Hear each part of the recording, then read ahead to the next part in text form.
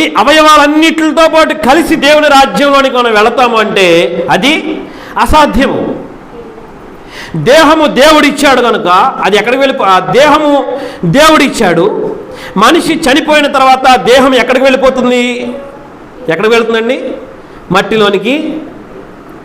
దేవుడు మట్టిలో నుండి మానవుణ్ణి తయారు చేశాడు. మానవుణ్ణి తయారు చేసి తన నాసికారంధ్రములో జీవవాయువును ఊదగా నరుడు జీవాత్మ అయ్యాడు. అయితే జీవాత్మ అయినటువంటి నరుడిలో ఏముందంటే ఆత్మ అనేది ఉంది. ఆత్మలో జీవము ఉంది. దేవునికి స్తోత్రం. అంటే నీ తల మొదలుకొని అరికాలు వరకు మనకి లోపల కానీ బయట కానీ కనిపించే ఎటువంటి అవయవాలతో కూడా మానవుడు పరలోక రాజ్యము వెళ్ళడం అనేది అసాధ్యం. అంటే మన కంటికి కనిపించేటువంటి దేనితోనూ కూడా పరలోక రాజ్యానికి మనము వెళ్ళలేము. అందుకనే దేవుడు అన్నాడు, యెహోవాను ఆరాధించేవారు ఆత్మతో సత్యముతో ఆరాధించండి. ఈ జనులు నన్ను పెదవులతో గనపరుస్తారు కానీ వారి హృదయము నాకు దూరముగా ఉంది అంటున్నాడు. ఎలా ఉందంట? దూరముగా ఉంది. మామూలుగా పెదవులతో గనపరిస్తే దేవుని సన్నిధికి వెళ్ళం. పెదవులతో కనపరిస్తే పరలోక రాజ్యము చేరము. పెదవులతో కనపరిస్తే దేవుని సన్నిధికి నీ మాట వినపడదు. నువ్వు ఎలాగ దేవుని ఆరాధించాలంటే ఆయన అన్నాడు, ఆత్మతో సత్యముతో దేవుణ్ణి ఆరాధించాలి. ఎలా ఆరాధించాలండి? ఆత్మతో సత్యముతో. నీ మనసు నీ ఆత్మకు సంబంధించింది, నీ శరీరానికి సంబంధించింది కాదు. కాబట్టి నీ ఆత్మను పవిత్రము చేసుకోవాలని దేవుడు చెప్తున్నాడు. నీ మనస్సును నీ ఆధీనంలో ఉంచుకోవాలని దేవుడు చెప్తున్నాడు. అంటే భర్త దేవుని సన్నిధికి వెళదామా అంటాడు, భార్య మరలా వచ్చే ఆదివారం వెళదాం. భార్య దేవుని సన్నిధికి వెళదామంటే భర్త మరలా వచ్చే ఆదివారము వెళదాం, తర్వాత చేద్దాం. అంటే ఈ మాటలన్నీ కూడా ఎక్కడి నుంచి వస్తున్నాయా అంటే శరీరానుసారముగా నడిచేవారిలో నుండి మాత్రమే ఇవి వస్తున్నాయి తప్ప ఆత్మానుసారముగా నడిచేవారిలో నుంచి వచ్చే మాటలు ఎలా ఉంటాయంటే ఆయన ఆత్మతోనూ సత్యముతోనూ దేవునిని ఆరాధించండి. దేనితో ఆరాధించాలండి? ఆత్మతో సత్యముతో. ఇప్పుడు మనసు ఎక్కడుంది? కనిపించదు. మనసు కనిపించదు.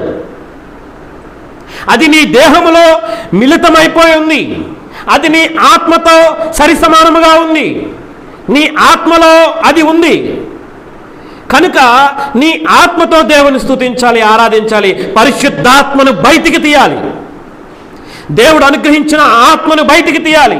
ఆ ఆత్మతో దేవుని స్తుతించాలి, ఆత్మతో దేవుణ్ణి ఆరాధించాలి. ప్రియులారా, దేవునికి స్తోత్రం. దేవుణ్ణి స్తుతించమంటూ పరమగీతాల గ్రంథము 7వ అధ్యాయం 2వ వచనంలో ఆయన ఒక మాట అంటున్నాడు, నీ గాత్రము పద్మాలంకృత గోధుమ రాశి అంటున్నాడు. దేవునికి స్తోత్రం.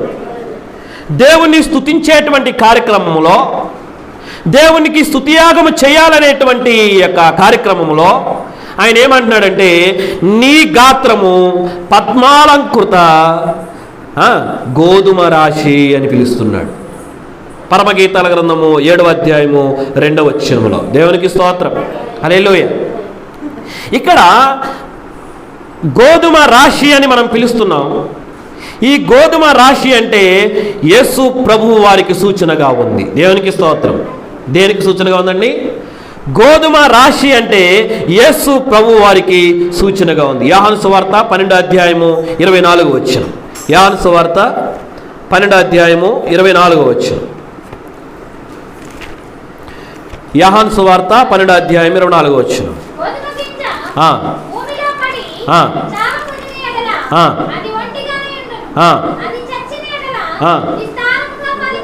దేవునికి స్తోత్రం. హల్లెలూయా. నా వైపు చూడండి. ఇక 24వ వచనం కదా, ఇక్కడ అన్నాడు, గోధుమ గింజ పడి భూమిలో పడి చావకుండా ఎడల అది ఒంటిగానే ఉండును. గోధుమ గింజ ఎక్కడ ఉంటుందంట? భూమిలో పడి అది చావకుండా ఎడల అది ఒంటిగానే ఉండిపోతుంది. అది చచ్చిన ఎడల విస్తారముగా ఫలిస్తుంది. ఇప్పుడు గోధుమలు వేయట్లేదు కానీ ఏమేస్తున్నారంటే ఇప్పుడు వరి చేలు వేస్తూ ఉన్నారు. వరి వడ్ల గింజ తీసుకుని ఆ వడ్ల గింజను దాన్ని తడిపి కొన్ని రోజులు ఆరబెట్టిన తర్వాత దాన్ని తీసుకొని వెళ్ళి ఏం చేస్తున్నారు? భూమి దున్ని దాన్ని సేద్యపరిచి అందులోకి నీళ్లు పెట్టి దానిని మంచి నేలగా చేసి అందులో ఆ విత్తనాన్ని చల్లినప్పుడు, అది భూమిలో పడినప్పుడు, భూమితో పాటు ఆ విత్తనం మిళితమైపోయినప్పుడు ఆ విత్తనము ఏమవుతుందంటే కుళ్ళిపోయినటువంటి దశలోకి వస్తుంది. దానిని తీసి చూస్తే ఏమీ ఉండదు దాంట్లో. కానీ ఒక అద్భుతం ఎక్కడ జరుగుతుందంటే, అది చనిపోయిన తరువాత జరిగే అద్భుతము మరలా తిరిగి అది చిగురింపజేస్తుంది. దేవునికి స్తోత్రం. గోధుమ గింజ భూమిలో పడి ఒంటిగానే ఉండిపోతే ఎటువంటి ప్రయోజనం లేదు, కానీ అది చనిపోయిన తరువాత అది విస్తారముగా ఫలిస్తుంది అని చెబుతూ ఉన్నాడు. దేవునికి స్తోత్రం. 7వ అధ్యాయం 2వ వచనములో ఆయన అంటున్నటువంటి మాట ఏమిటంటే, నీ గాత్రము పద్మాలంకృత గోధుమ రాశి, అంటే గోధుమలు అనేటువంటిది చావకుండా నీడల ఫలితము లేదు. అలాగే కల్వరిగిరిలో యేసు ప్రభు వారికి ఈ గోధుమ గింజ అనేటువంటిది సాదృశ్యముగా ఉంది, ఆశీర్వాదానికి సాదృశ్యముగా ఉంది గోధుమ రాశి. కల్వరిగిరిలో యేసు ప్రభువు వారు ఆయన చనిపోకుండా ఉండనట్లయితే, ఆయన చావకుండినట్లయితే గనుక, ఆయన చనిపోకుండా ఉన్నట్లయితే గనుక ఎవరికి కూడా ప్రయోజనము లేదు. కానీ ఆయన కల్వరిగిరిలో మన కోసము రక్తము కార్చి, ఒక మానవుని కోసము, మానవుని యొక్క పాపాల కోసము ఆయన చనిపోయి మరలా పునరుద్ధారుడై తిరిగి లేచి ఆయన అంటున్నాడు, మొదటి వాడను కడపటి వాడను నేనే, మృతుడనైతిని గాని యుగ యుగములకు సజీవుడనై ఉన్నాను అని చెప్తున్నాడు. దేవునికి స్తోత్రం. హల్లెలూయా.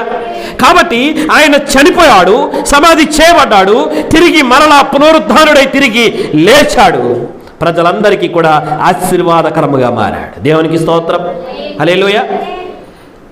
కాబట్టి ఈ లెక్కను మనం చూసినట్లయితే అలాగ ఆశీర్వాదకరముగా మారినటువంటి ప్రభువును మనము స్తుతిస్తున్నాం, ఆరాధిస్తున్నాం, గణపరుస్తూ ఉన్నాం. ఆయన మనము స్తుతించాలి, ఆరాధించాలి, మనము గణపరచాలి. ఎందుకంటే సమస్త మానవాళి కోసము తన కృపను, తన యొక్క శరీరాన్ని దారబోసాడు యేసయ్య. దేవునికి స్తోత్రం.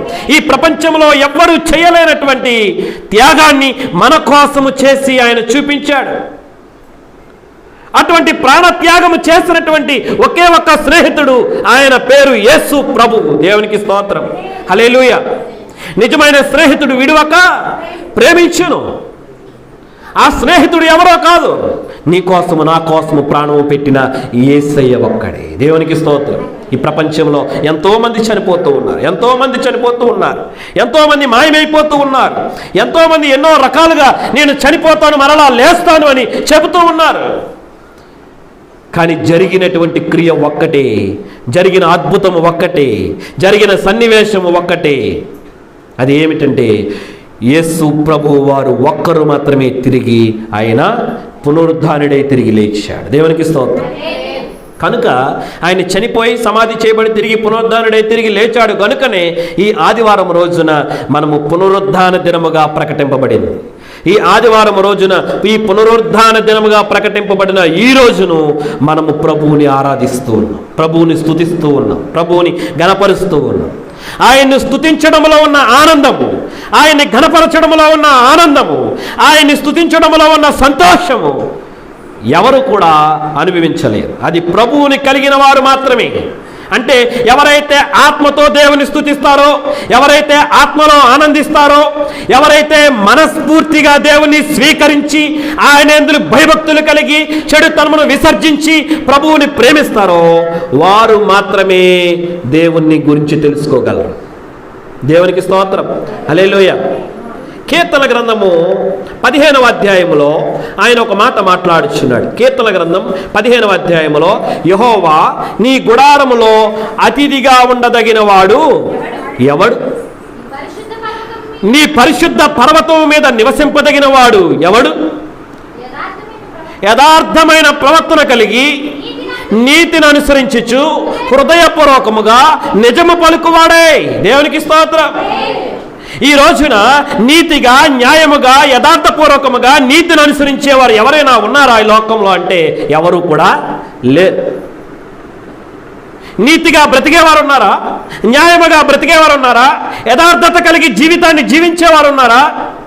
ప్రతి వారు కూడా హృదయ అంతరింద్రియములలో, హృదయములో ఎక్కడా లేనటువంటి చెత్తను పెట్టుకుని, ఎక్కడా లేనటువంటి కుళ్ళును పెట్టుకుని, ఎక్కడా లేనటువంటి కుతంత్రములను పెట్టుకుని, ఎక్కడా లేనటువంటి అసూయను పెట్టుకుని, ఎక్కడా లేనటువంటి గర్వం హృదయాన్ని కలిగి ఉండి వారు దేవునికి దూరమైపోవడమే కాకుండా కుటుంబాలను కూడా దూరం చేసుకుంటూ ఉన్నారు, చిన్న భిన్నాలైపోతూ ఉన్నారు. కాబట్టి సర్వ ప్రపంచంలో చూసినట్లయితే ఎక్కడా శాంతి లేదు, సమాధానం లేదు. యేసు ప్రభువు మనలందరినీ కూడా తన దత్తపుత్రాత్మలుగా చేసుకున్నాడు. ప్రియుల, తన స్వార్థం ఇచ్చి సంఘాన్ని కాపాడుకుంటూ ఉన్నాడు, తన రక్తం ఇచ్చి కొనుక్కున్నాడు.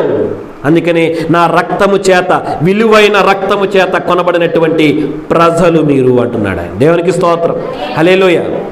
ఈ యొక్క పరమగీతాల గ్రంథములో గోధుమ రాశి అనడానికంటే ముందుగా పద్మాలంకృతములు అని వ్రాయబడి ఉంది. పద్మాలంకృతములు అంటే అక్కడ అంటున్నాడు ఆయన, పద్మాలంకృతములు రక్షింపబడినటువంటి నీతిమంతులు అని చెబుతూ ఉన్నాడు. దేవునికి స్తోత్రం. ఏమిటంటండి? రక్షింపబడిన నీతిమంతులు. ఇశ్రాయేలు ప్రజలందరూ కూడా ఒకనాడైతే దేవుని దృష్టిలో పాపము చేసిన వారు, ఎప్పుడైతే దేవుని యొక్క నీతి నెరవేర్చేవారుగా ఉండబోతూ ఉన్నారో, ఎప్పుడైతే 1000 ఏండ్ల పరిపాలన కాలము వస్తూ ఉందో, ఆ సమయంలో ప్రభు యొక్క రాకడ దినములలో రక్షింపబడనటువంటి ప్రతి వారు కూడా రక్షింపబడుదురు. అనీతిమంతులైన ప్రతి వారు కూడా నీతిమంతులవుతారు. ఎవరైతే పాప ప్రక్షాళన చేయబడతారో, ఎవరైతే దేవుని యొక్క రక్తములో కడగబడతారో, ఎవరైతే నీతిమంతులుగా ముద్ర వేయబడతారో, ఎవరైతే నీతిమంతులుగా తీర్చబడతారో, అటువంటి వారిని ప్రభువు యొక్క కన్నులు ఆకర్షించుచూ ఉన్నవి. దేవునికి స్తోత్రం, హల్లెలూయా. ప్రభువు యొక్క దృష్టి, ప్రభువు యొక్క కన్నులు, ప్రభువు యొక్క ప్రభావము, ప్రభువు వారు ఆయన సంఘాన్ని అక్కడ ఆకర్షించబోతూ ఉన్నాడు. కాబట్టి ఈ పద్మాలంకృతములు అంటే సంఘానికి, అంటే రక్షింపబడినటువంటి ఇశ్రాయేలీయులకు సాదృశ్యముగా ఉన్నది. అంతేకాకుండా ఈనాటి దినములలో చూసినట్లయితే పద్మములు దేనికి సాదృశ్యముగా ఉన్నాయంటే సంఘాలకు సాదృశ్యముగా ఉన్నాయి. దేనికి సాదృశ్యంగా ఉన్నాయండి? పద్మములు సంఘాలకు సాదృశ్యముగా ఉన్నవి. కాబట్టి ఏ సంఘమైతే నీతిగా ఉంటుందో, ఏ సంఘమైతే నమ్మకముగా ఉంటుందో, ఏ సంఘమైతే నీతిగా న్యాయమైన పాలన కలిగి ఉంటుందో, ఏ సంఘమైతే రక్షింపబడడానికి సరైనటువంటి మార్గములో నడుస్తూ ఉందో, ఏ సంఘమైతే దేవుణ్ణి తెలుసుకుని ఆరాధిస్తూ ఉందో, ఏ సంఘమైతే యెహోవా పరిశుద్ధుడు పరిశుద్ధుడు పరిశుద్ధుడని నిత్యము మానక స్తుతిగాన ప్రతిగానములతో ఆత్మతో సత్యముతో దేవుణ్ణి స్తుతిస్తూ ఉందో, ఆరాధిస్తూ ఉందో, ఆ సంఘాలన్నీ కూడా దేవునికి పద్మములుగా అలంకరింపబడతాయి ఒకనొక రోజు. దేవునికి స్తోత్రం, హల్లెలూయా. కాబట్టి అటువంటి దినములు వస్తూ ఉన్నవి. ఆ దినములు వచ్చేసరికి నువ్వు నేను ఏమి చేయాలంటే యెహోవా పరిశుద్ధుడని, యెహోవా దయాళుడని రుచి చూచి తెలుసుకోవాలి. దేవునికి స్తోత్రం, హల్లెలూయా. మనం ఎలా తెలుసుకోవాలండి?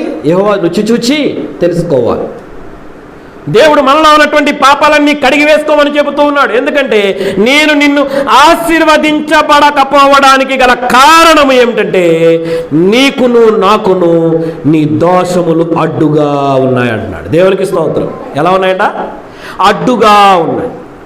ఈ పాపపు గోడలను పగలగొట్టాలి. ఈ పాపపు గోడలను నువ్వు తీసివేసుకోవాలి. పాపము నీ చేతుల్లో ఉన్నప్పుడు దాన్ని పారవేయాలి. దేవుని యొక్క రక్తము ద్వారా పాపాన్ని కడుక్కోవాలి. దేవునికి స్తోత్రం, హల్లెలూయా. నీ పాపాన్ని చూపించేది బైబిల్ గ్రంథం.